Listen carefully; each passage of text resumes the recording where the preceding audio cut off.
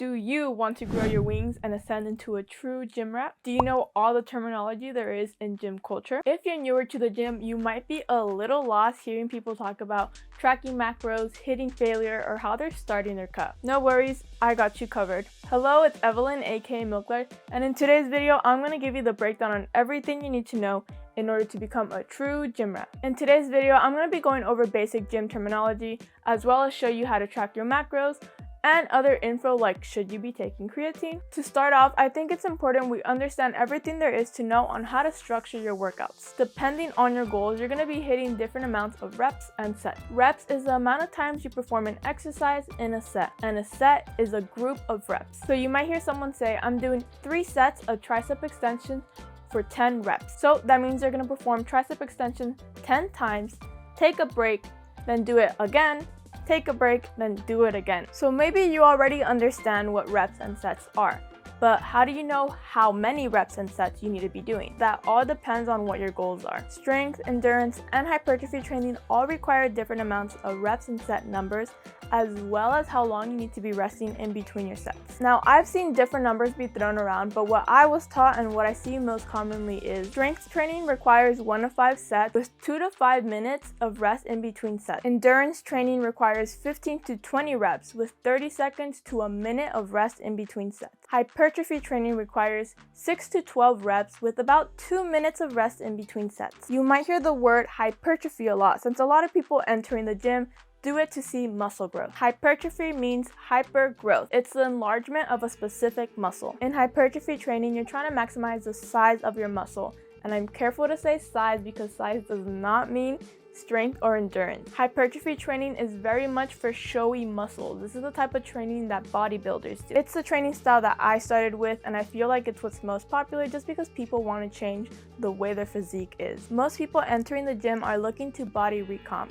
This means you're trying to lose fat while gain muscle at the same time. A good diet and hypertrophy training will allow you to do body recomp. Once you know what training style you want, you'll have to progressive overload to ensure that you continuously make progress. Progressive overload is gradually increasing the stress placed on your body to promote muscle size, endurance, and strength. Now, this is a controlled, gradual change.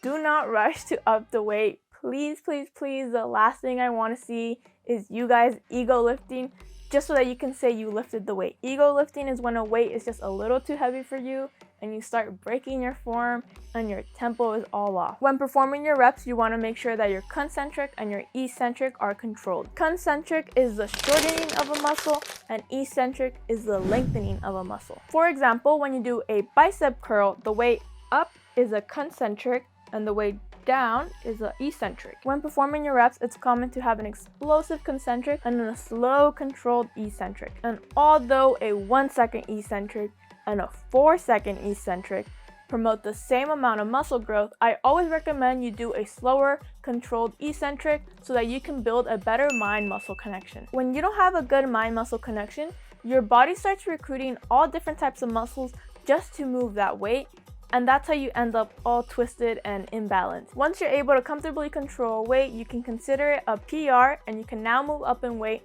allowing you to progressive overload. PR means personal record. This is the most amount of weight you can carry or the amount of reps you can do. If you're not pushing yourself, you're not going to be able to continuously hit PRs. To ensure you're training hard enough, you want to take your sets to near failure. Failure is the point in which you can't physically perform another rep without breaking your form. Now, you can train to complete failure, but this leads you to fatiguing way too quickly. Really important to take your rest seriously, not only in between sets, but just in your training overall. Overtraining can lead to a number of negative effects. To ensure that you're not overtraining, it's important to create a split that leaves room for your muscles to recover. Split is a training routine where different muscles are targeted on separate days. Your split's going to depend on how many days you can work out and how much you're trying to grow a specific muscle. Some people structure their workouts with push and pull days. Push exercises are when you push the weight away from your body, like when you do a bench press. Pull workouts involve you pulling the weight towards you, like when you do a pull down. But enough about the structure of your workout. Now we're going to be talking about creatine. First off, what is creatine? So creatine is a supplement,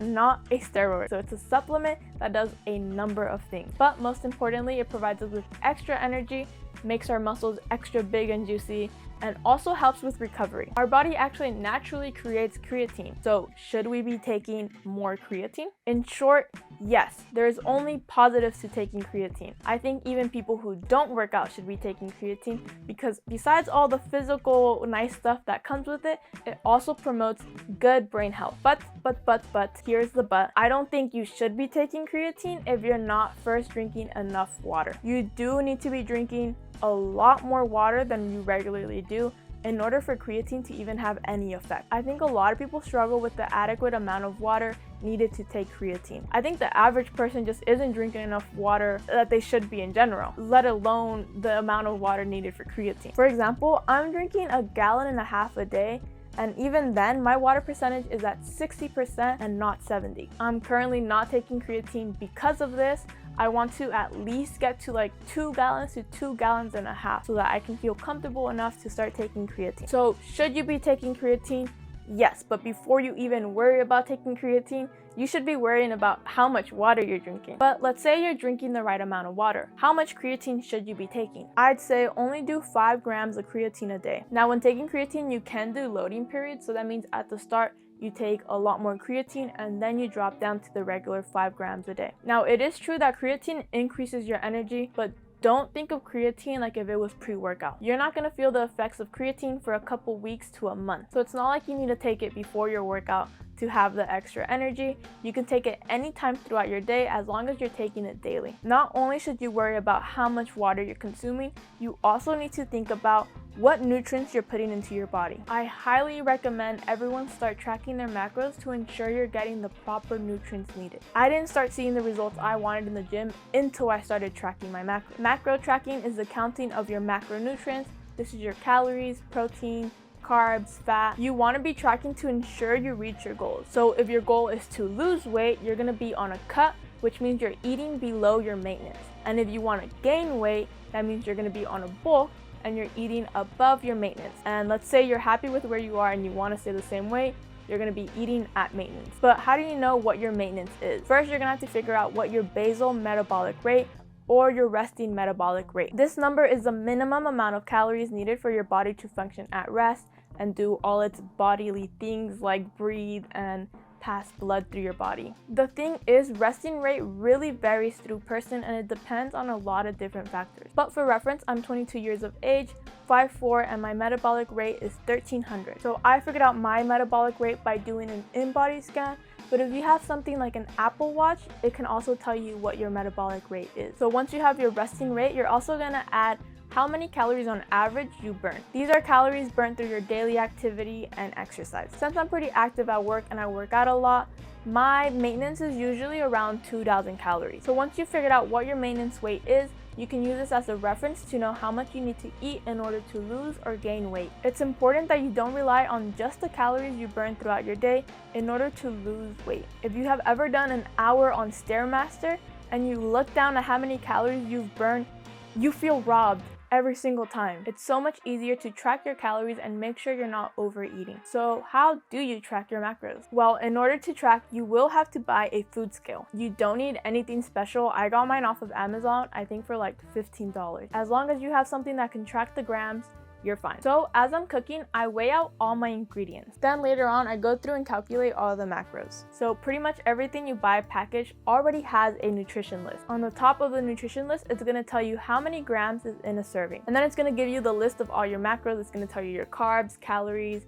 everything you need to know. To make things easier for myself, I usually just use the serving size. If a serving size is too small, I'll either double the serving size or do a serving and a half. That way it's a lot easier to calculate your macros. But let's say you buy something like meat from a butcher shop and it doesn't have a nutrition list. So what I do is still go ahead and weigh out the grams, and then later up I just look up online and see if I can find the macros, and I always am able to look up the macros. So I already explained how many calories you should be eating, but how much protein should you be eating? If you're trying to gain muscle, it's recommended you eat 1 gram of protein per pound of body weight. So for example, I'm 130 pounds and I make sure to eat at least 130 grams of protein a day. If you're not eating your protein, you're not growing muscle. So to recap everything, in order to see the muscle gains you want, you need to have a proper split, be drinking the adequate amount of water, and you need to track your macros. Once you put all of these things into practice, you're gonna be a certified gym freak. I really hope this info could help you understand the world of gym, and if so, I'd really appreciate it if you could leave a big, fat, protein-filled like on the video. And for my fellow gym heads watching, if you feel like I missed something that you think is important for gym beginners to know, please leave it in the comments below so that we can all learn a little more. If you have any questions that I didn't answer in this video, go ahead and leave a comment and I'm going to be trying my best to answer all your questions. Thank you everyone so much for watching. Make sure to subscribe to see more videos like this. And if you want to see more of me being me, go ahead and follow my second YouTube channel. It's going to be linked in the description as well as all my other social medias like my fitness Instagram account. Thank you so much for spending your time with me. Best of luck to your gym gains and I'll see you next time. Bye bye!